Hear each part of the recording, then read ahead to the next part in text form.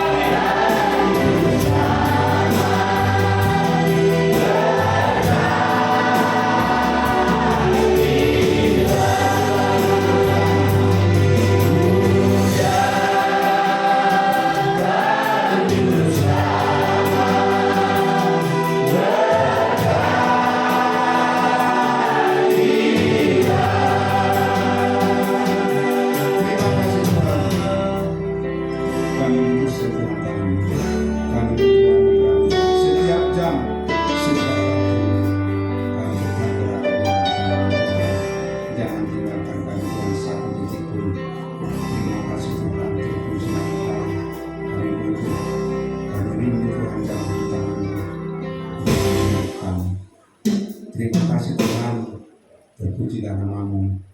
Hanya di dalam nama Yesus kami mengucap syukur dan berdoa. Haleluya. Mari sama-sama kita akan amin. Selalu. Baik, kita langsung berdiri ya. Kita angkat pujian Kami yang telah ditebus.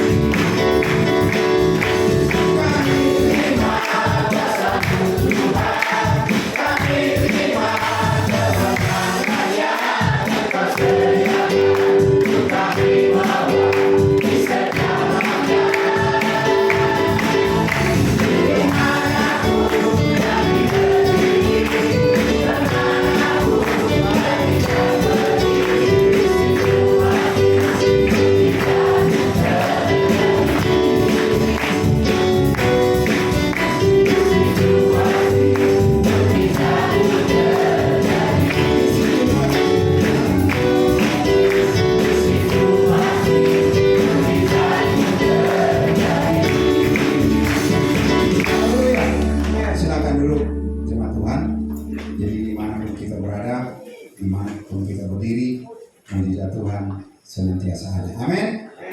Haleluya. Masih memuji Tuhan, kita angkat pujian, dengarkanlah suara negeri.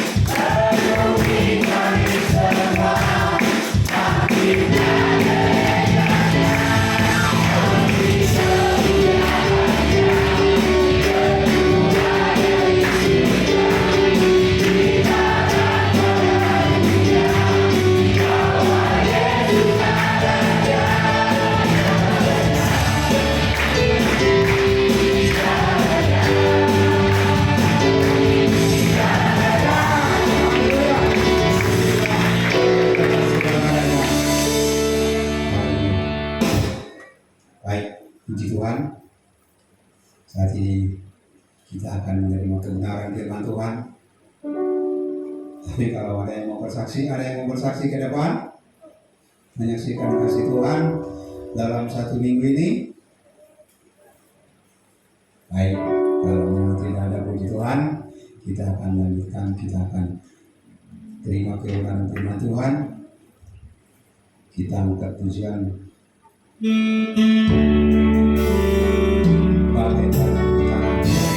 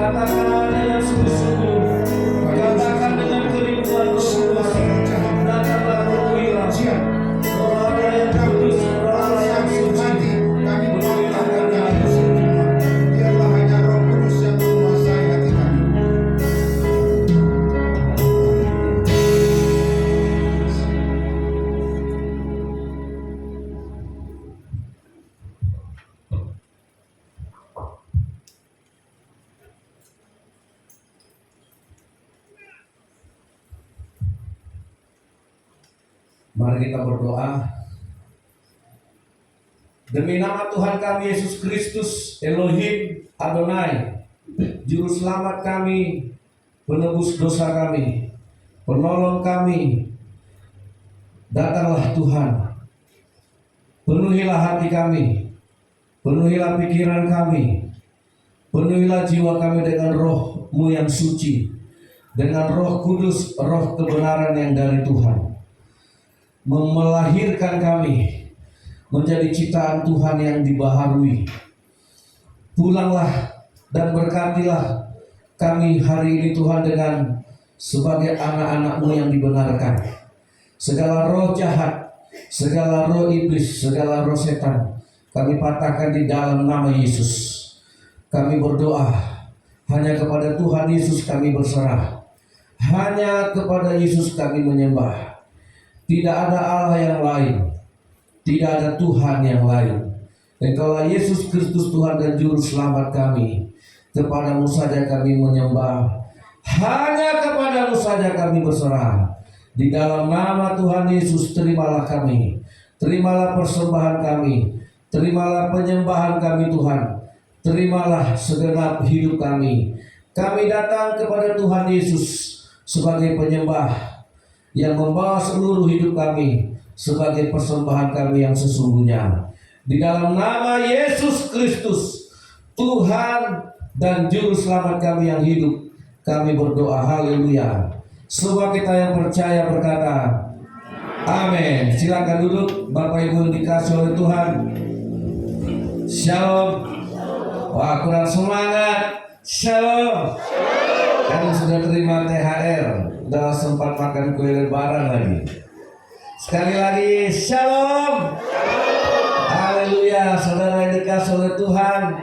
Hari ini saya menyampaikan firman Allah tentang persembahan. Mari kita katakan sama-sama persembahan. 1, 2, 3. Ya, masih 10 orang. 1, 2, 3. Amin. Saudara, siapa yang hari ini berharap dia datang ke gereja ini dan Tuhan menerima persembahannya? Saudara yakin niat saudara ke gereja hari ini Tuhan mau menerima persembahan saudara? Kalau kita hari ini ke gereja tidak ada motivasi supaya Tuhan menerima persembahanku, menerima penyembahanku, maka sia-sia. Adakah niat itu tadi saudara taruh di hati saudara, supaya apapun yang saudara berikan kepada Tuhan hari ini adalah satu anugerah, adalah satu berkat yang melimpah. Kalau yang saudara berikan hari ini diterima Tuhan. Amin. Kalau tidak diterima Tuhan, apakah pernah kita menyadari diterima Tuhan enggak persembahan saya? Nah, saudara yang dikasihi oleh Tuhan, oleh sebab itu mari kita pelajari firman Allah. Amin. Ya, ini datang bukan untuk acara. Saya mau bergereja. Banyak yang tidak tahu dia diterima Tuhan persembahannya atau tidak. Gereja bukan seremonial. Ini bukan tradisi. Ya, kita datang juga bukan sebagai tamu Allah. Kalau menurut versi agama lain, engkau datang sebagai tamu. Tidak. Kita datang kepada Tuhan sebagai anak-anak Allah. Amin. Yang berhak menerima warisan. Karena anak harus terima warisan. Amin. Karena anak disebut anak karena dia di dalam darahnya, di dalam tubuhnya mengalir darah yang sama, darah Yesus Kristus. Bahwa Tuhan memperoleh kita sebagai anak itu bukan gratis. Yesus bayar dengan darah, Yesus bayar dengan nyawa, Yesus bayar itu dengan tubuh yang hancur terpecah-pecah di kayu salib, supaya saudara jadi anaknya. Dan saudara berhak manggil Tuhan itu Bapa. Amin. Nah makanya adakah kesadaran saudara tadi dari rumah?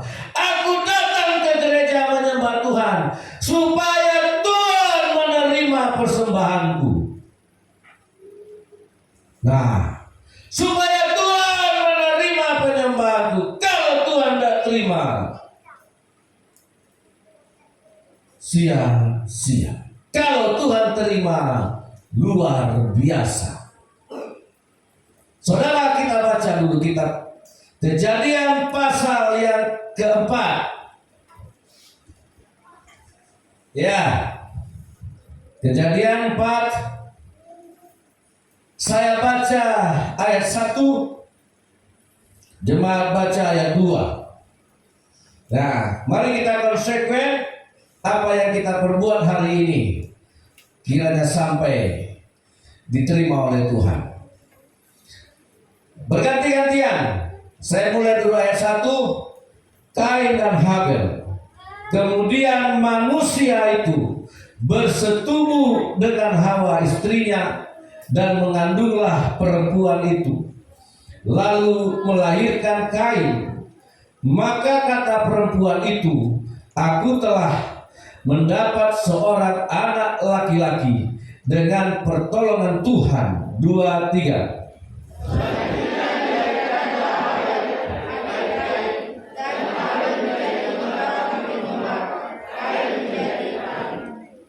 Habel menjadi apa? Peternak, gembala kambing domba. Kain menjadi apa? Petani. Nggak ada yang salah dengan profesi itu. Ayat 3. Setelah beberapa waktu lamanya, maka Kain mempersembahkan sebagian dari hasil tanah itu kepada Tuhan sebagai korban persembahan. 2, 3.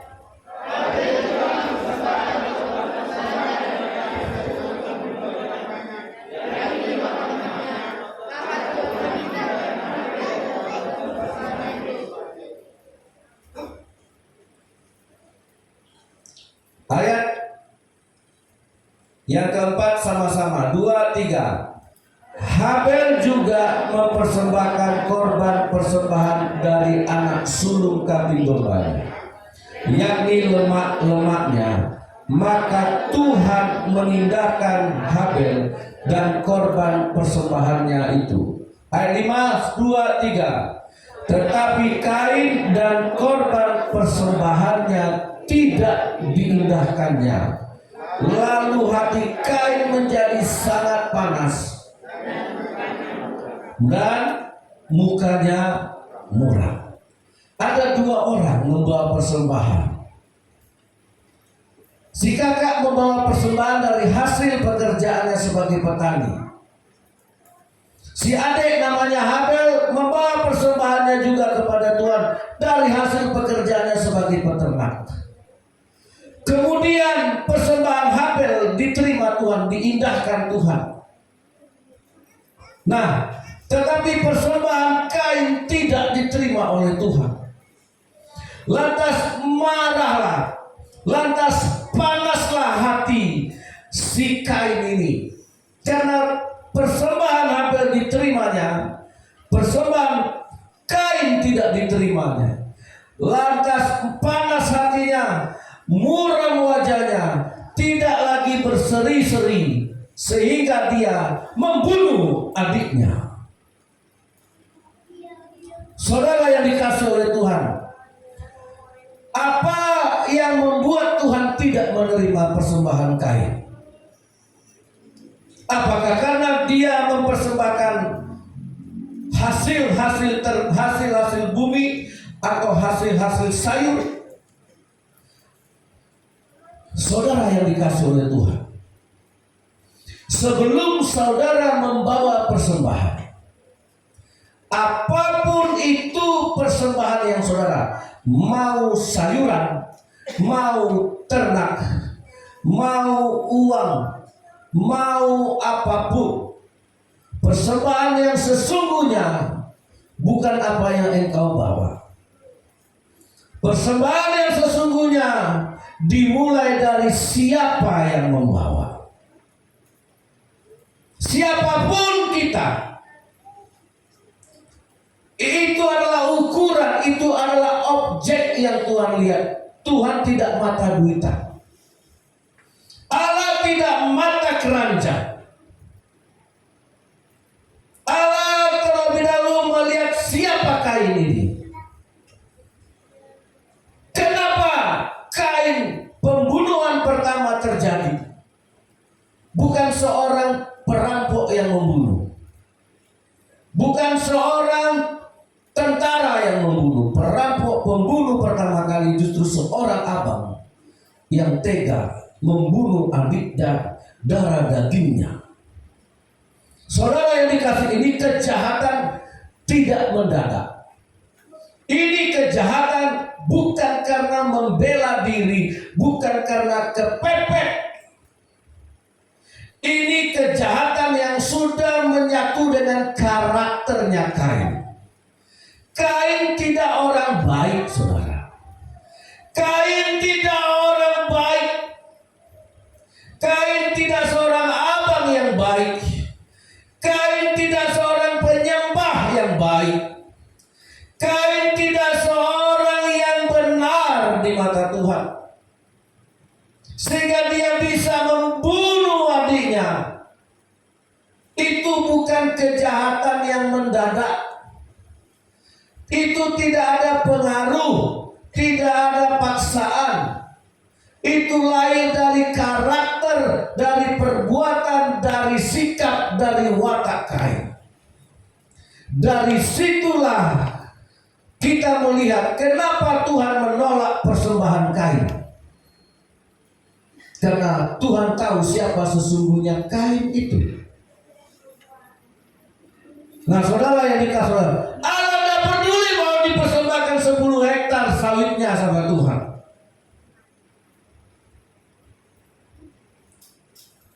Nah, berarti sebelum saudara memberikan persembahan itu kepada Tuhan, maka Allah melihat siapa orang yang membawa persembahan ini.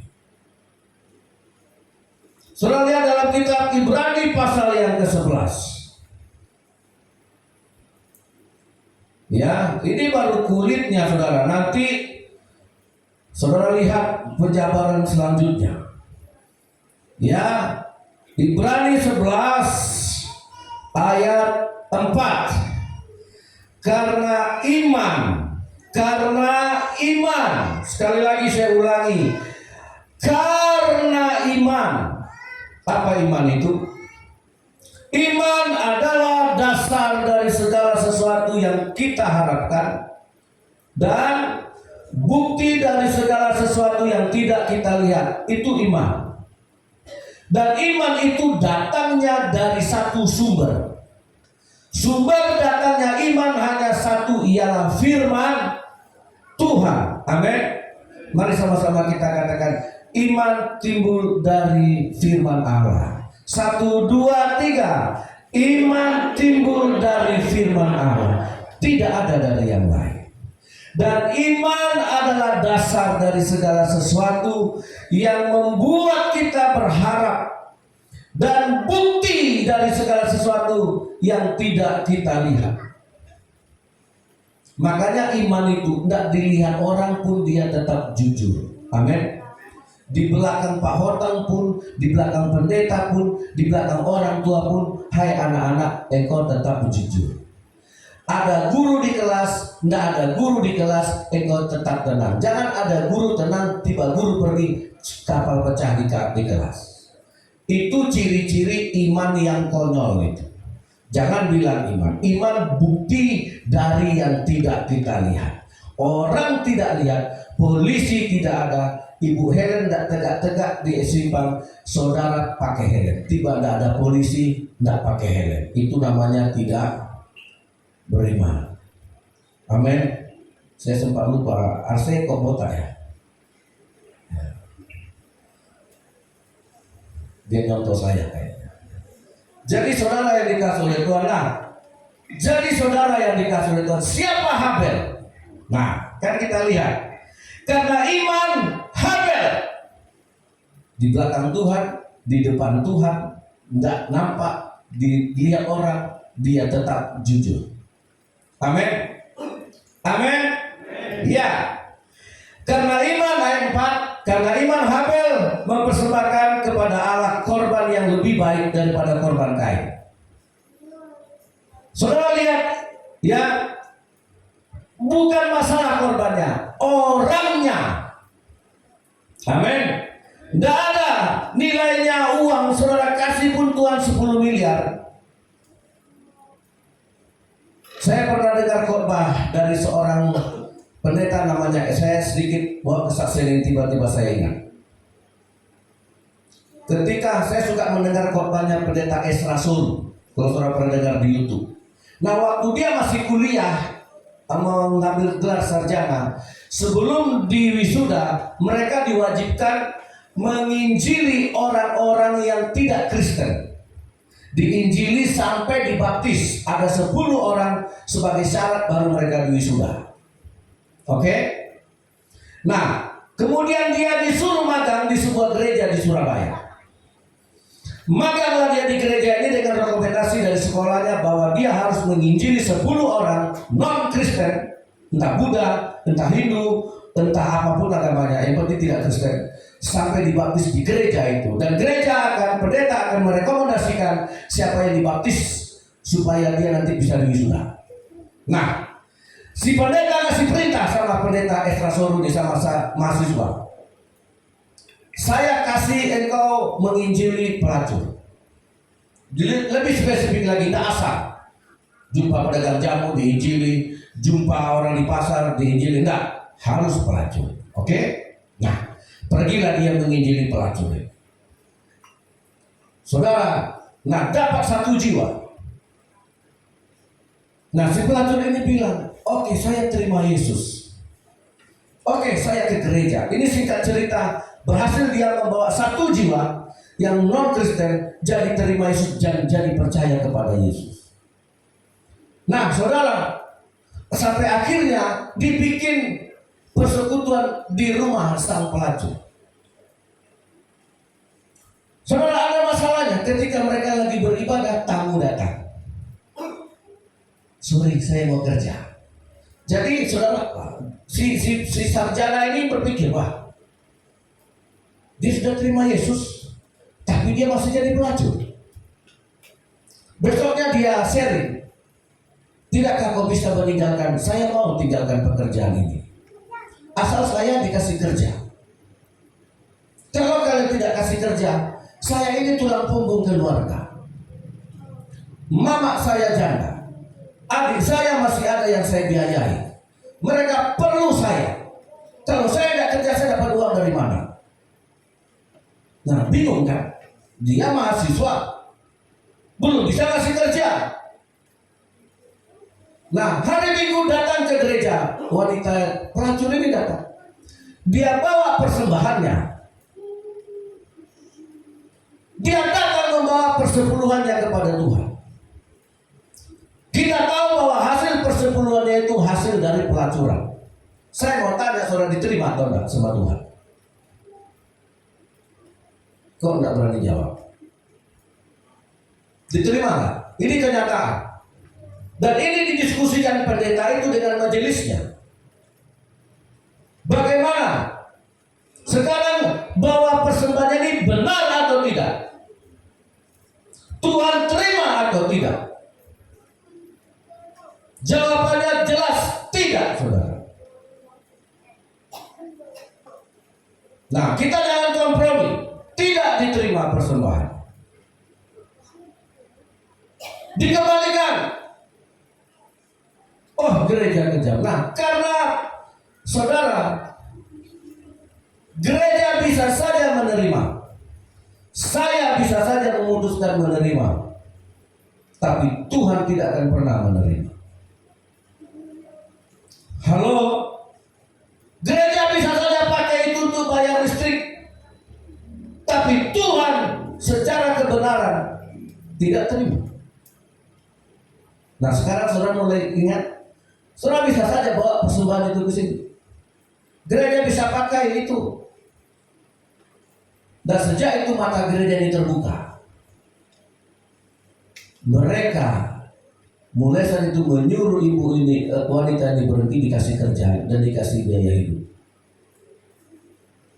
Itu baru gereja yang benar. Persembahan gak diterima. Salah seorang majelis bilang, Pak, oke lah gereja terima. Kita pakai beli sapu gereja, kita bayar untuk listrik gereja. Itu gereja yang terima. Tapi sebenarnya kalau kita kembali ke Bible, ke Alkitab, terima gak Tuhan? Itulah yang dialami oleh Kain dan Habil. Siapa Kain sehingga persembahannya ditolak? Maka ayat ini mengatakan karena iman. Nah, karena imanlah Habel telah mempersembahkan. Ada dasar Habel memberi persembahan. Iman. Iman tanpa perbuatan adalah mati. Iman adalah dasar dia bertindak, dasar dia berbuat kepada Tuhan. Sehingga korban yang diberikan Habel lebih baik daripada korban yang diberikan Kain. Dengan jalan itu ia memperoleh kesaksian kepadanya bahwa ia benar. Saudara, kalau persembahan saudara diterima Tuhan, itu kesaksian bahwa engkau benar. Tuhan yang melihat hati, saya nggak bisa. Yang tahu persembahan saudara benar atau tidak itu Tuhan, Elohim Adonai. Amin. Amin. Gereja bisa terima persembahan ini, bisa. Tapi apakah Tuhan bisa terima? Supaya persembahan ini menjadi kesaksian bahwa engkau benar. Nah, dengan memberikan persembahan itu Tuhan menerimanya karena Habel itu orang yang berkenan, sehingga persembahannya itu diterima Tuhan. Amin. Luar biasa kalau berkat persembahan kita diterima. Itu makanya Habel diberkati Tuhan luar biasa. Tidak perlu kita minta-minta Tuhan. Kalaulah saudara mempersembahkan dan persembahan itu diterima Tuhan, itulah berkat luar biasa yang dicurahkan Tuhan kepada Habel. Sehingga Kain abangnya iri melihat Habel itu luar biasa. Saudara yang dikasih oleh Tuhan, tidakkah saudara rindu apa yang saudara persembahkan hari ini diterima Tuhan? Rindu nggak?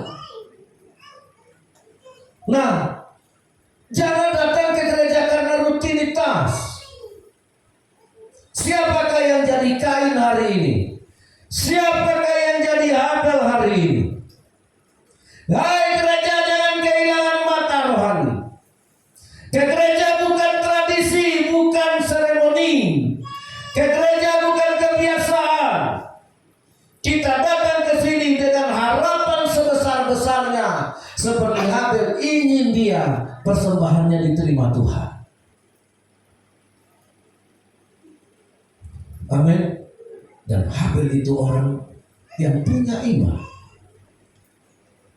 Sehingga ketika Allah melihat Habel, dia terima persembahan ini. Kalau saya manusia, saya lihat persembahannya, saya nggak tahu orangnya. Tapi kalau Tuhan lihat orangnya, baru Tuhan terima persembahannya. Amin. Makanya orang disuap mau, disogok mau, karena dia nggak melihat orangnya. Makanya di dunia ini disogok, orang benar jadi salah, orang jadah, orang salah jadi benar. Karena yang dilihat bukan orangnya, yang dilihat seberapa tebal dia menerima hepeng. Tapi kalau Tuhan, saudara bawa uang 1 peti 271 triliun. Tuhan tidak melihat uang yang ada di dalam truk itu, atau uang yang ada di tronton itu. Tuhan tidak melihat uang yang sebejejer sepanjang kereta api. Tuhan lihat orangnya. Jadi ketika saudara memasukkan uang ke dalam peti persembahan ini, Tuhan tidak melihat itu. Tuhan melihat orangnya. Sama dengan kita. Kita juga tidak melihat seberapa besar pemberian Tuhan kepada kita. Karena lebih bagus kita menerima si pemberi daripada pemberiannya. Ngerti? Amin. Kalau gereja hanya terbiasa menerima berkat Tuhan, tapi tidak menerima Tuhannya, di situ kita sudah salah. Kalau iman kita bangun hanya menerima pemberian Tuhan, menerima kebaikan Tuhan, menerima rezeki Tuhan, menerima rahmat, menerima kesehatan, tapi Tuhannya tidak kita terima, itu juga salah.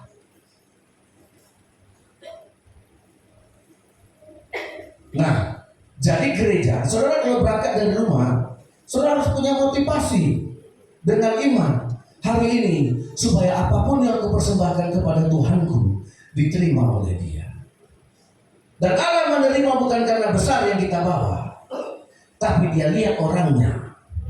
Amin. Dia lihat siapa manusianya. Nah, saudara yang dikasih oleh Tuhan, ini baru pendahuluan. Nah, sekarang kita masuk ke agak pertengahan sedikit. Amin. Nah, supaya saudara jangan sia-sia. Karena intinya kita kesini supaya Tuhan mau menerima persembahan kita. Amin. Kalau hanya duduk-duduk di gereja, enggak usah. Kalau hanya saudara duduk sini menghabiskan waktu 1 jam, 2 jam, tapi saudara nggak tahu Tuhan terima atau enggak persembahan kita, itu juga sia-sia. Sia-sia. Tapi walaupun engkau diterima Tuhan cuma 2 peser yang sampai sama Tuhan, itu bisa menjadi berkat kerajaan surga yang berlipat kali ganda. Amin. Amin. Oke, sekarang kita masuk ke tahap yang kedua, sedikit lebih dalam. Lukas pasal yang ke-7.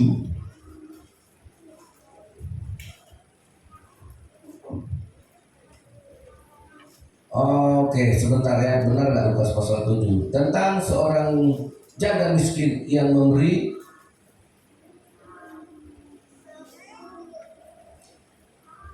Sebentar, saya buka dalam Markus saja. Markus 12.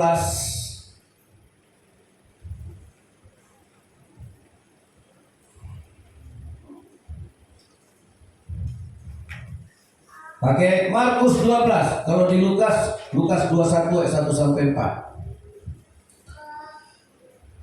Silakan, mau yang buka mana? Lukas 21 aja. Lukas 21 biar sama-sama Lukas semua. Oke. Lukas pasal 21. Saya baca ayat 1, Bapak Ibu baca ayat 2. Amin. Oke, persembahan seorang janda miskin. Ketika Yesus mengangkat mukanya, Ia melihat orang-orang kaya memasukkan persembahan mereka dalam peti persembahan. 2, 3.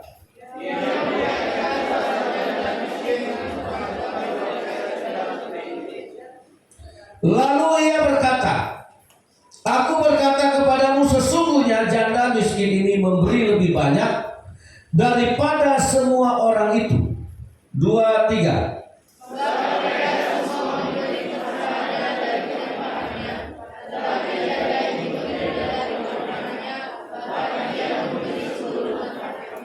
Amin.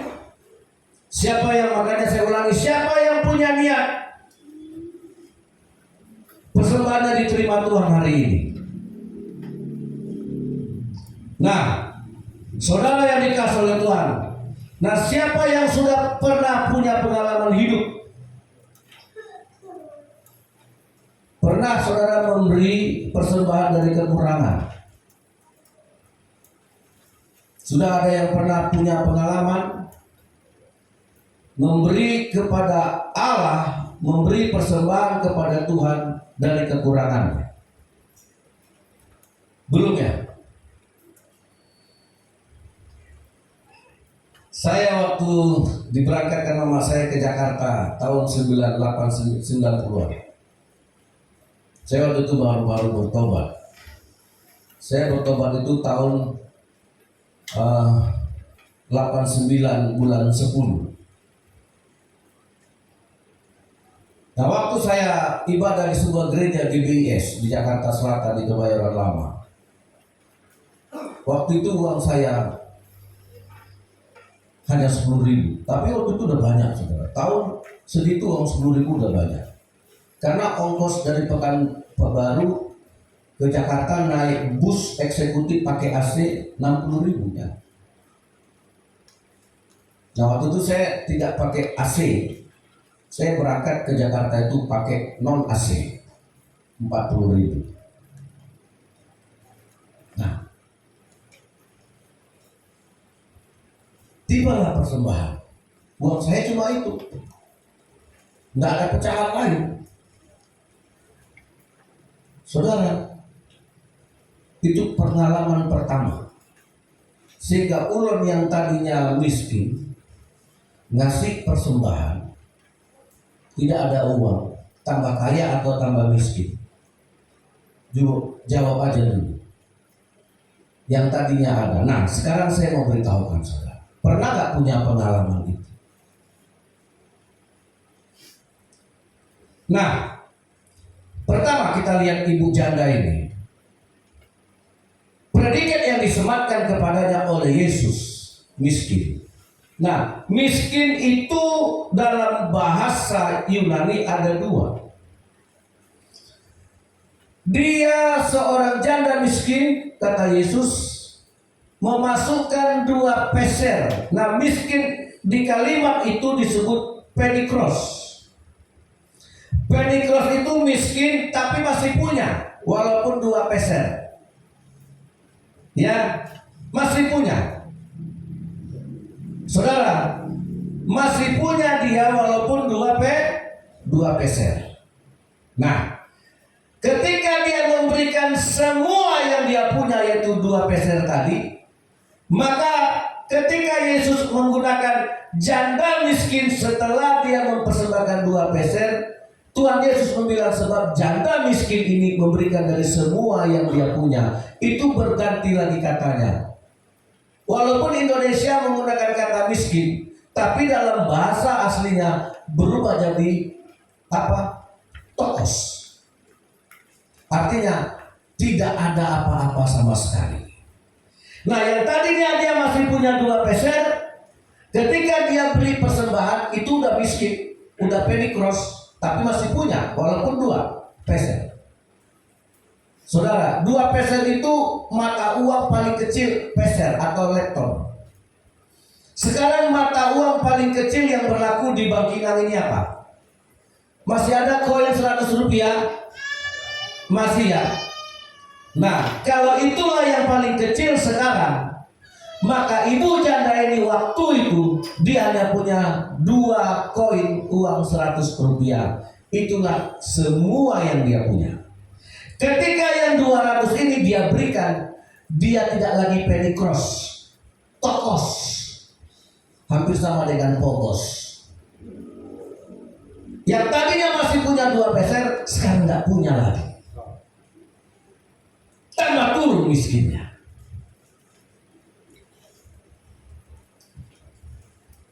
Sudah pernah begitu? Tapi saudara yang dikasih oleh Tuhan, inilah harapan ibu janda tadi, supaya persembahannya diterima Tuhan. Yang penting itu, amin. Yang penting persembahan itu diterima. Dan bayangkan saudara bagaimana Tuhan melipat gandakan berkat kalau dia bisa menerima persembahan kita. Nah, kata tokos untuk janda yang miskin setelah memberi dia tambah miskin, itu sama dengan Lazarus. Lazarus yang miskin, yang setiap hari makan remah-remah roti yang jatuh dari meja orang kaya. Pernah baca cerita itu? Nah, itulah tokos. Si Lazarus yang miskin yang penuh dengan borok sampai anjing-anjing menjilati boroknya, dan dia makan dari remah-remah roti yang jatuh dari meja orang kaya. Sehingga orang miskin ini mati, dijemput malaikat, dibawa ke sorga. Amin. Orang kaya ini juga mati, dibawa malaikat kemana? Kemana? Ke neraka. Saya takut kita ini jadi orang yang dibawa ke neraka. Berhari-hari dilihat si orang kaya ini, ada orang miskin yang makan remah-remah roti yang jatuh dari meja. Tidak pernah dia bisa memberkati orang miskin ini. Di depan rumah saudara ada orang miskin. Kalau kita duduk di gereja ini ada orang miskin. Saudara duduk di rumah makan lihat ada orang miskin. Kalau engkau melihat ada orang tidak makan, kalau mau masuk surga, kasih orang miskin itu makan. Nah, kenapa orang kaya tadi dia masuk neraka? Bertahun-tahun dilihatnya, berhari-hari, berminggu-minggu, berbulan-bulan dilihatnya, orang miskin ini tetap miskin. Orang miskin ini tetap makan roti yang pecah-pecah, remah-remah. Keberatankah saudara untuk memberi roti dan membelikannya? Jangan kau makan yang remah itu, kuberikan kau roti ini, roti kau jangan makan ini. Kapan kau lapar, kau makan di rumah. Seharusnya itu sikap orang kaya. Makanya orang kaya itu dibawa mati, dibawa ke neraka. Yang miskin ini mati, dibawa ke surga. Tapi saya nggak bahas orang kaya. Orang-orang kaya begitu ngapain dibahas? Nah, sekarang saya mau bahas kita, saudara. Kalau benar engkau membawa hidupmu sebagai persembahan kepada Tuhan, masa ada orang yang di depan matamu hari ini tidak makan, besok tidak makan, tidak bisa kau berikan dia makan?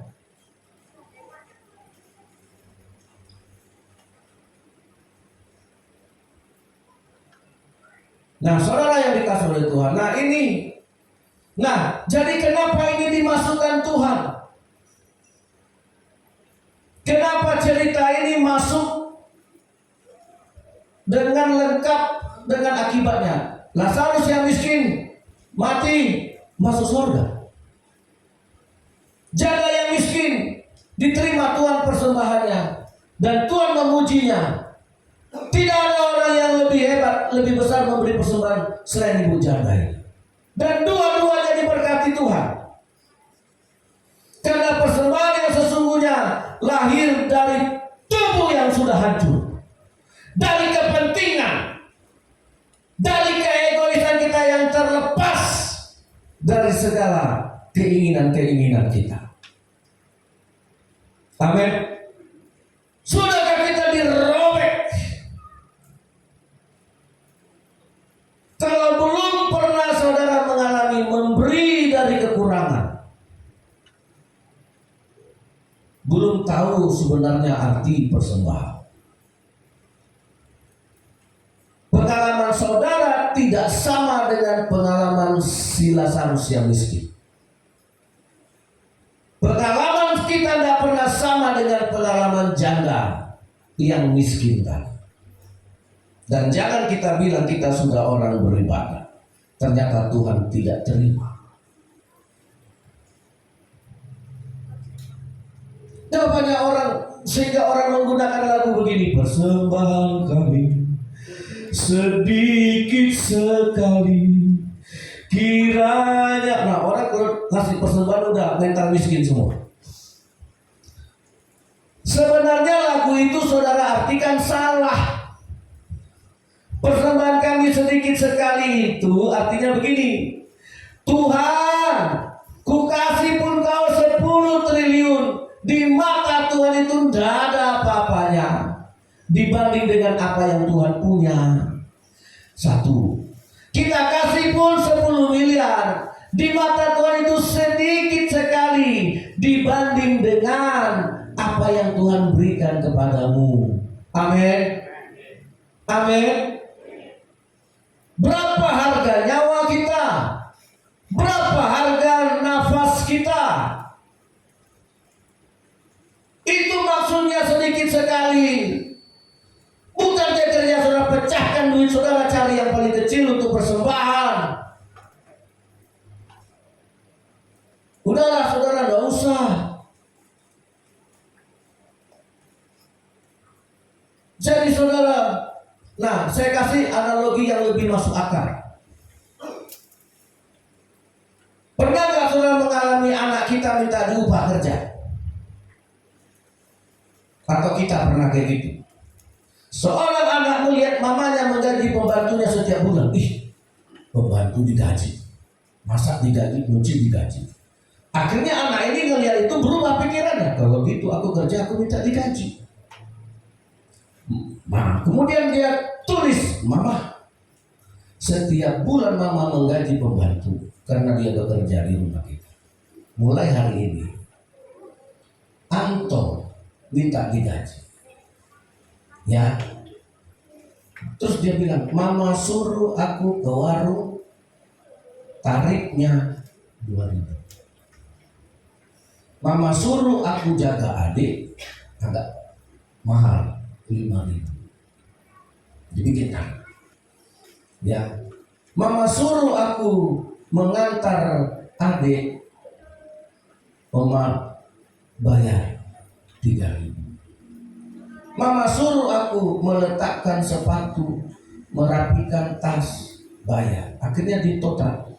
Jadi setiap bulan Mama bayar aku sebanyak 150.000. Ditaruhnya di piring ketika mamanya mau makan. Mamanya makan, dilihatnya. Dibacanya surat, anaknya ini menangis. Siang tuh ngintip dari kamar, syukurlah Mama mau nangis, sadarnya. Udah sadar Mama itu. Nah, mamanya bawa surat itu ke kamar, dia balas. Dia balas, Yanto yang baik. 9 bulan kamu di kandungan Mama. 1 jamnya Mama minta cuma 1.000 rupiah. Berapa lama kalian di kandungan mamanya? Lupa. Tanya mamanya. Atau mamanya tinggalin di rumah terus dia ke pasar. Bisa. Kau kalikan. Mama melahirkan engkau dengan mempertaruhkan nyawa. Dia tulis harganya tak terhingga. Mama kasih kau air susu ibu lebih bagus dari kau, lebih bagus dari susu siapa yang ya SDM masih murah ya, apa Bebela itu masih menengah, itu susu kau itu belum mahal itu.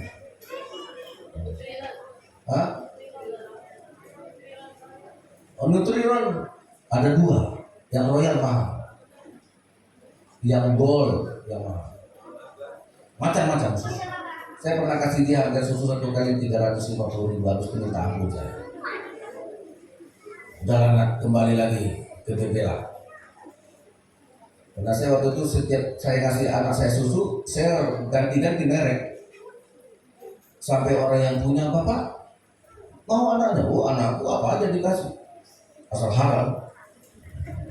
Sekali saya coba media surya, saya kasih dia media surya, tambah suka. Kalau kayak gini nggak sanggup Pak, bapakmu pendetanya, nggak bisa aku bayar dengan doa. Cukuplah sekali, makanya kalennya saya simpan. Masih ada nggak kalen? Nggak ada lagi. Itu kalen paling mahal.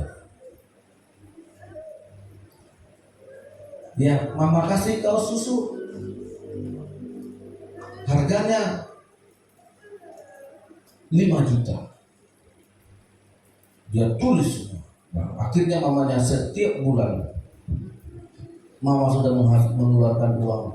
Kau sakit, mama jaga, mama gendong. Kau tidur, mama nggak tidur. Kau sakit, mama rawat, bapakmu nggak mau. Dibiarkannya mama sendiri merawat kau. Sebenarnya kau minta sama bapakmu aja. Maaf ya bapak-bapak. Nah ini nanti kalau kalian jadi bapak tuh, anak sakitnya Rio Arse, jangan suruh istri. Akhirnya mamanya bilang, lebih baik aku yang sakit daripada kau nak. Nah, itu betul itu. Capek dia. Kalau dia sakit ya udah. Ibu-ibu pernah bilang gitu, lebih baik mama yang sakit daripada anaknya kan? Atau enggak? Lebih baik bapaknya yang sakit ya, biar di rumah. Kalau sehat dia entah kemana-mana perginya. Jadi di total mamanya 67 juta rupiah ditaruh di piring siang. Yang pun makan dilihatnya balasan mama. Dibacanya, Sianto nangis. Mamanya intip, syukurlah sadar Sianto. Nah, itu yang dimaksud, seberapapun pemberianmu anakku, nggak sebanding dengan pengorbanan ibunya. Amin. Itu yang sedikit. Saudara mau kirim nanti sama ibu saudara, siapa yang udah kerja?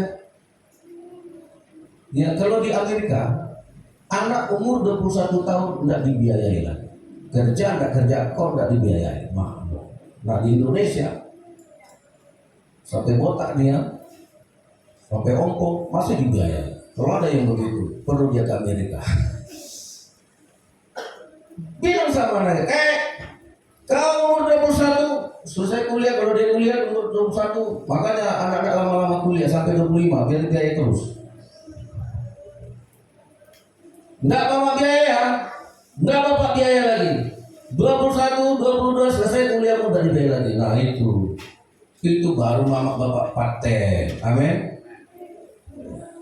Stop keran, matikan keran, buang kerannya. Nah, jadi persembahan kami sedikit sekali itu apapun yang kita berikan nggak sebanding dengan yang Tuhan beri. Baik pengorbanan, makanya Tuhan bilang, untuk apa kau punya seluruh dunia? Kau punya seluruh kekayaan dunia tapi kehilangan nyawa. Jangan sebanding itu. Walaupun kau punya segunung, kalau kau kehilangan nyawa, nggak ada gunanya. Halo. Nah itu maksudnya persembahan kami sedikit sekali. Seberapapun saudara berikan sama Tuhan, itu terlalu kecil di mata Tuhan.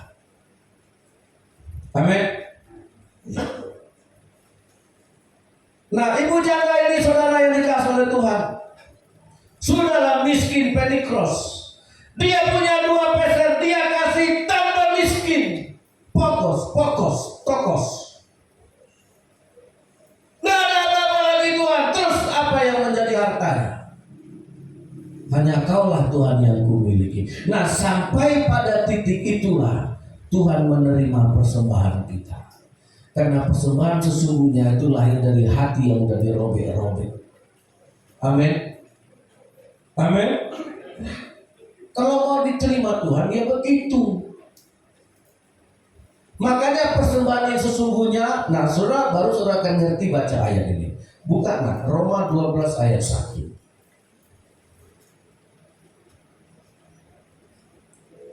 Ya, ini kan udah sampai ke sumsum kita ini. Wah, udah sampai ke ubun-ubun ini, udah sampai ke dalam yang paling dalam.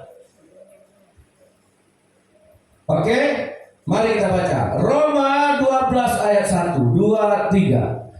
Karena itu saudara-saudara, demi kemurahan Allah aku menasehatkan kamu supaya kamu mempersembahkan tubuhmu sebagai persembahan yang hidup, yang kudus, dan yang berkenan kepada Allah. Itu, amin, Jadi ibadah yang sejati, janda yang miskin itu, tubuhnya yang tadi miskin tambah miskin. Lazarus yang miskin yang makan remah-remah roti, itulah ibadahnya. Amin. Saudara, saya kutip lagi karena waktu saya mengkhotbahkan ini, mungkin ada 4 pendeta yang saya dengar khotbah. Dan dari satu pendeta ada sebuah kesaksian gereja di Kediri. Nah, jadi gereja ini mengadakan pembangunan, dibikinlah janji iman, dan semua orang memberikan persembahannya. Ada yang cash, ada yang janji iman.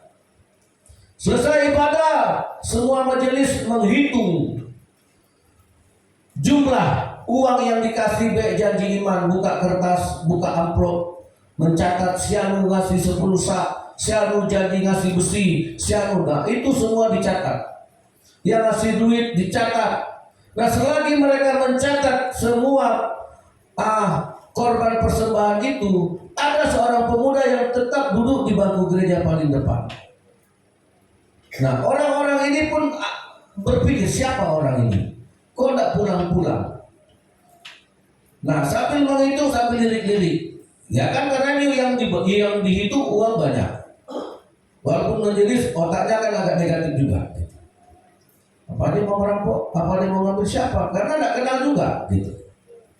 Nah, selesai mereka menghitung semua pemasukan, pengorbanan, sumbangan-sumbangan. Mereka tanya, kenapa kamu enggak pulang? Kenapa kamu dari tadi duduk sini? Apa maksudmu? Si pemuda ini bilang, Pak, semua orang tadi memberikan janji iman, baik besi, baik semen, baik uang. Tapi saya tidak punya apapun yang saya berikan. Dan bapak-bapak semua mencatat uang yang dikasih, janji yang dikasih. Saya tidak ada yang saya kasih. Tapi saya juga ingin dicatat apa yang saya kasihkan. Kalau tolong catat saya, catat nama saya, bahwa saya mempersembahkan hidup saya, tenaga saya, waktu saya, supaya nanti waktu gereja ini dibangun, saya berikan tenaga saya. Tolong itu dicatat juga, seperti Bapak mencatat uang yang diberi, material yang diberi. Insaf itu majelis gereja. Halo, saya tidak punya uang, Pak. Tapi apakah karena tidak punya uang, tidak punya mandiri, tidak bisa dicatat? Tuhan mencatat. Amin. Tolong saya juga dicatat. Ditulis, Pak. Mereka pun jadi bingung bagaimana mencatat. Kau tidak ngasih uang, kau tidak ngasih emas, kau tidak ngasih material. Dicatatlah, tolong catat nama saya. Supaya nanti ketika gerejanya dibangun, saya bersedia memberikan tenaga saya. Saya bersedia memberikan waktu saya. Saya tidak perlu dibayar. Apakah cukup dia dihitung persembahannya lewat gaji harian? Oh, berarti kalau dia memberi tenaga, kita hitung berarti persembahannya 1 hari upah orang kerja 200.000. Apakah bisa begitu?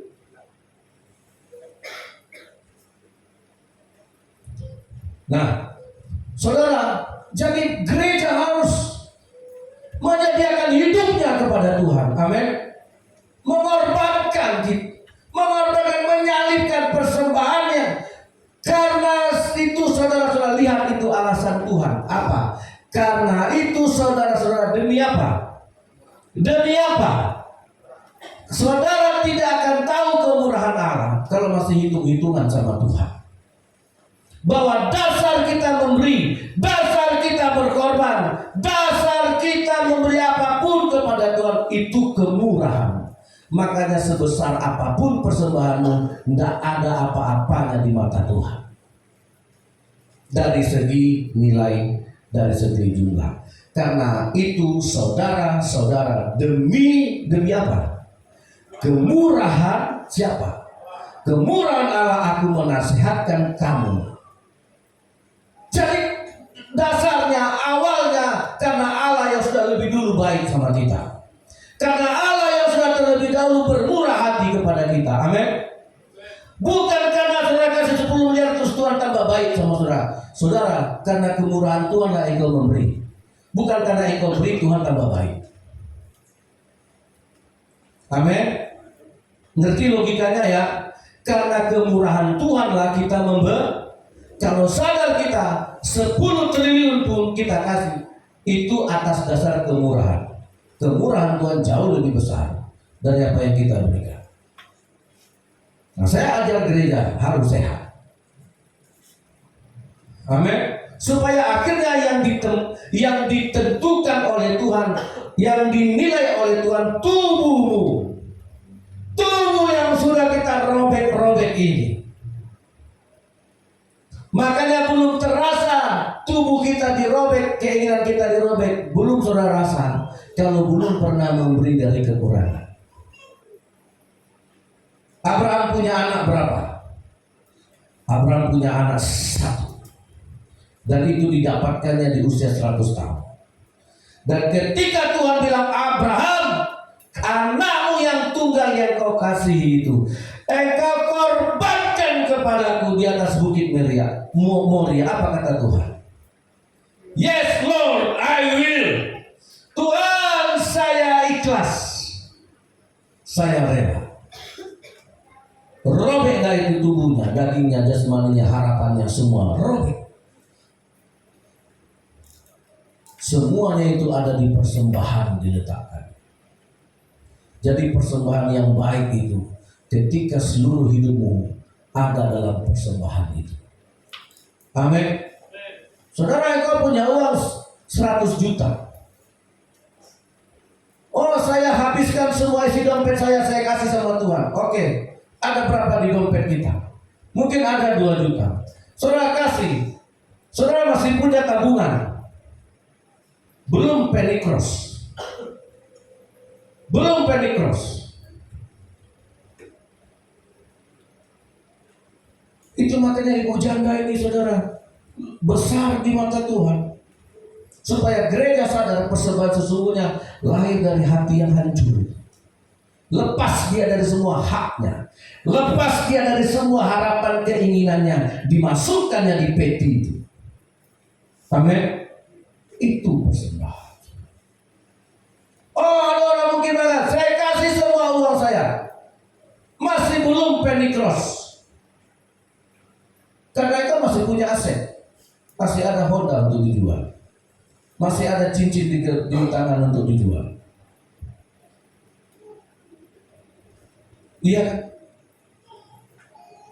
Jadi kalau kita mau mengerti hakiki persembahan itu, kembali lagi kepada hidup kita yang sudah tercabik-cabik dari semua. Makanya Kain itu iri lihat adiknya. Oh, persembahan adikku diterima Tuhan, aku enggak. Karena dia bisa menyaksikan bagaimana luar biasanya. Masa adik lebih kaya daripada abangnya? Masa adik lebih hebat dari abangnya? Dia bunuh adiknya. Masa adik lebih sukses dari abangnya? Aku yang lebih dulu, dia yang lebih kaya. Ya karena persembahannya diterima Tuhan.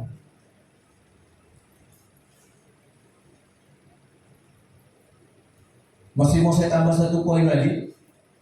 Niko mau? Kalau Niko bilang mau saya lanjut. Kalau Niko bilang enggak, saya duduk. Oke. Sependapat dengan Niko ya. Satu lagi saudara. Ayo, kita cerita persembahan. Nanti berangkat. Ayub pasal. Makasih ya Niko. Semuanya mengharapkan terima kasih sama Pak itu. Kita tahu kisah Ayub ini dari orang yang paling kaya menjadi orang yang paling tidak punya apa-apa, iya kan? Nggak usah kita baca semuanya, nanti lama. Nah, Ayub dari orang paling kaya, nggak ada orang yang lebih kaya dari Ayub di tanah sebelah timur. Dia tidak hanya kaya, dia juga saleh, punya anak 7 laki-laki dan 3 perempuan, komplit. Ya, komplit. Kaya punya anak, ada yang kaya nggak punya anak, ada yang punya anak tapi nggak kaya-kaya. Iya kan? Nah, dia komplit, dia saleh, jujur, kaya, paling kaya, anak banyak, 7 laki-laki, 3 perempuan. Nah, semuanya itu habis, ludes, kena pencobaan. Nah, ketika dia kena pencobaan, sehingga dari yang kaya sampai yang miskin. Ayat 20. Ayub pasal 1 ayat 20. Maka berdirilah Ayub, lalu mengoyak jubahnya dan mencukur kepalanya. Kemudian sujudlah dia dan menyembah. Ngapain dia? Setelah dia nggak punya apa-apa, menyembah. Amin. Ada nggak yang dipersembahkannya lagi? Ya nggak ada. Semua hartanya sudah habis. Anaknya, rumahnya, ladangnya, ternaknya, nggak ada sisa. Tapi apakah dia tidak bisa menyembah? Bisakah seorang menyembah Tuhan ketika terjadi kehilangan? Halo? Bisakah seorang menyembah Tuhan ketika dirampok? Bisakah seorang menyembah ketika orang tidak mengembalikan hartamu? Terbakar rumah kita, terbakar ladang kita.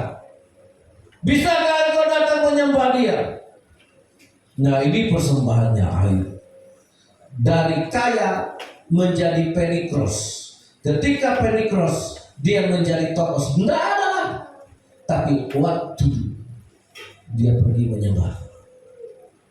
Karena persembahan yang sesungguhnya kembali lagi tubuh. Amin. Nah, ayat 21. Apa katanya? Ini kata-kata orang yang menyembah. Ayo jemaat yang dikasih Tuhan, ayat 21, 2, 3.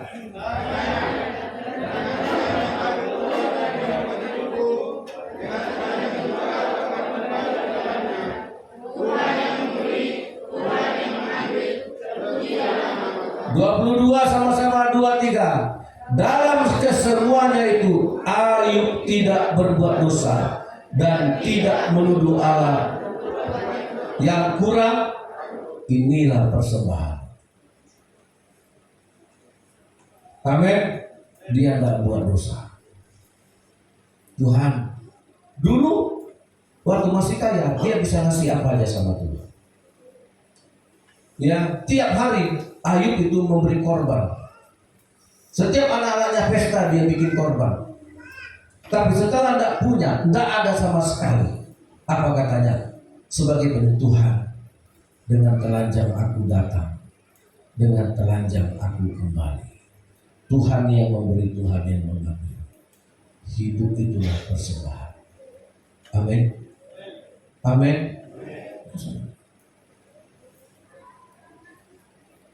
Tuhan memberkati kita.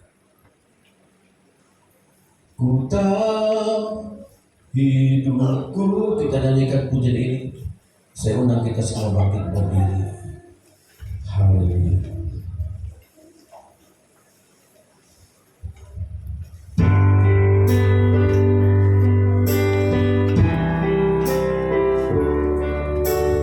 Pujian dan syukurku ku bawa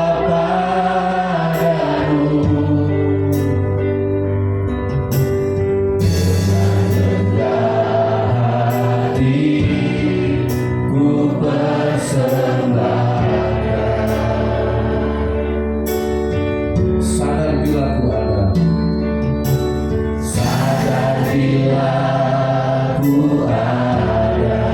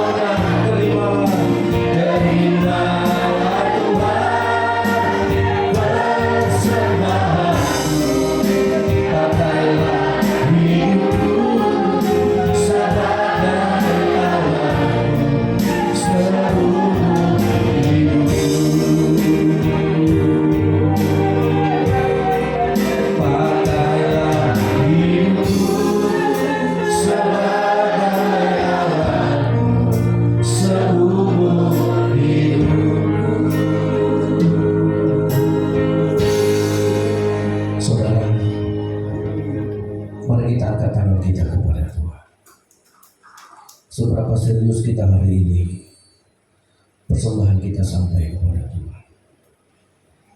Walaupun hanya 2 peser, tapi itu lahir dari daging yang dirobek. Sangat bersyukur saudara apabila Tuhan menerima persembahan kita, sehingga Dia mampu memberkatinya sampai 100 kali lipat. Tidak perlu kita mengemis sama Tuhan. Sebenarnya tidak perlu kita minta Tuhan tolong ini tolong itu. Sebenarnya kalau persembahan kita, hidup kita sampai kepada Dia, diterimanya seperti Dia menerima Habel, diterimanya seperti Dia menerima ibu janda, menerima Lazarus. Semua yang ada pada Tuhan diberikannya. Seriuslah kepada Tuhan. Dari hati yang paling dalam katakan, aku datang kemudian Tuhan dengan tidak membawa apapun, dan aku kembali kepadamu tanpa membawa apapun. Tuhan yang memberi, Tuhan yang mengambil. Terpujilah nama Tuhan. Hidupku adalah persembahan. Hidup kami adalah penyembahan. Tidak ada yang kami miliki kecuali Tuhan. Semua yang ada di dunia akan kami tinggalkan. Untuk apa kami punya seluruh dunia ini, tapi kami kehilangan nyawa? Bapa, terimalah persembahan kami dari hati yang tulus, dari keinginan yang dirobek, dari kedagingan kami yang dipecahkan. Biar lahir persembahan kami yang sesungguhnya, supaya semua jemaat-Mu yang datang hari ini berharap apa yang kami berikan kepada Tuhan, kiranya Engkau menerima. Di dalam nama Tuhan Yesus. Haleluya. Amin. Silakan jemaat duduk.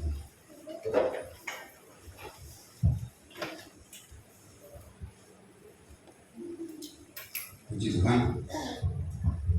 Sebelum kita mengumpulkan persembahan, tadi karena pendeta tanya apakah pernah sudah dipersembahkan seluruhnya. Saya sebenarnya tidak seluruhnya, tapi pernah begini ceritanya. Waktu gempa di Donggala dulu ya. Waktu itu Panglima TNI memerintahkan kepada semua kodim-kodim untuk semua tentara berdoa. Jadi waktu itu Kodim 4 bedakanlah doa di tempat ini ya. Pendeta diundanglah semua. Pokoknya semua tentara dari kabupaten, dari tiga kabupaten ini lah, karena kodimnya kan di Bangkinang. Datanglah mereka itu, ada sekitar hampir 50 atau 60 orang. Beribadah lah kami. Itu pertama ya datang dari gereja KBP, dari mana-mana lah. Itu pertama kan masih pendeta yang memimpin acara itu, ibadah biasa gitu. Terus baru berdoa, terus baru persembahan biasa gitu. Waktu itu saya itu memberi 55.000. Jadi pertama persembahan masukkan 5.000 kan biasa ya. Jarang orang memberikan yang paling besar, biasanya paling kecil kan. Saya kasih 50.000. Saya sangka sudah selesai di situ saja kan. Terus begitu selesai ibadah yang resminya, masuklah komandan mereka itu tentara, entah perwira, kurang tahu saya. Diadakan motivasi supaya semua memberikan persembahan khusus untuk korban yang di Donggala ya. Donggala pada tahun berapa itu? Sekitar 2017. Berapa? Kasa kusuk lah saya mau nukar duit ini 50.000. Kasa kusuk. Saya suruh Bapak Rian cari dulu, belikan dulu aku dulu. Rupanya tidak ada. Akhirnya tiba waktu persembahan, ya mau tidak mau lah. Jalan-jalan, asal masukkan aja lah 50.000 untuk persembahan untuk bantuan dari Dandim, dari Kodim Kampar ke Donggala gitu ya. Dia akan dikritik, sudah itu pulang, tahan lagi duit. Zong lah istilahnya kan, santai-santai aja. Saya duduk di rumah, udah pulang dari ini pas ingat itu hari Rabu itu. Saya pulang dari gereja dulu di rumah di teras-teras duduk cerita-cerita. Sudah itu datanglah orang. Bangun dulu ya, ada marga bangun dulu. Lama aku udah cari-cari kau lah ya. Sini lah lu, nomor rekening bu. Rupanya dapat pula ada di tanah kami yang dirantau itu dapat satu apa namanya, satu tower listrik itu. Tanah itu mau dibelikan segini, akhirnya puji Tuhan, artinya apa yang kita berikan itu pasti Tuhan kembalikan, itu maksud saya. Jadi akhirnya jangan takut kita, jangan khawatir kita memberikan, walaupun sudah itu. Memang seperti yang pendeta tadi, bukan saya, di rumah kan tentu masih ada kan. Nah, cuman walaupun seperti itu, Tuhan tidak akan membiarkan kita kekurangan. Pasti akan mengembalikannya 30 bahkan 60 bahkan 100 kali lipat. Amin. Maka untuk itu jangan kita khawatir untuk memberikan kepada Tuhan. Baik, kita akan memberikan persembahan. Mari kita bersatu dalam doa. Terima kasih Tuhan, terima kasih Allah. Terpujilah nama Tuhan, Allah yang besar, yang kami sembah dalam nama Yesus. Saat ini Tuhan, kami telah menerima kebenaran firman Tuhan. Tuhan, Engkau ajar kami untuk kami memberi korban, persembahkan tubuh kami. Uang memang perlu kami persembahkan untuk dipakai memperluas pelayanan di Bangkinang ini, tapi uang itu bukan segala-galanya. Persembahan kami yang kudus yang Engkau harapkan tubuh jiwa kami, dan bisa kami memberkati, membantu orang yang berkesusahan.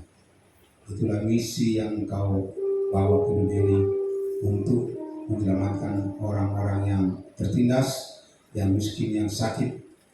Dan biarlah kami Tuhan Engkau pakai untuk menjadi saluran berkat bagi saudara-saudara kami yang berkekurangan. Ajar kami Tuhan, supaya kami memberikan dengan sukacita. Terima kasih Tuhan, uang yang akan persembahkan, walaupun Tuhan jumlahnya seberapa pun Tuhan, tapi Engkau tidak melihat berapa jumlah yang Engkau berikan, tapi Engkau melihat jiwa kami, siapa kami akan memberikan, dan apa motivasi kami Tuhan, di dalam nama Yesus. Terima kasih, haleluya. Amin. Kita angkat pujian ini kembali, betapa hatiku berterima kasih.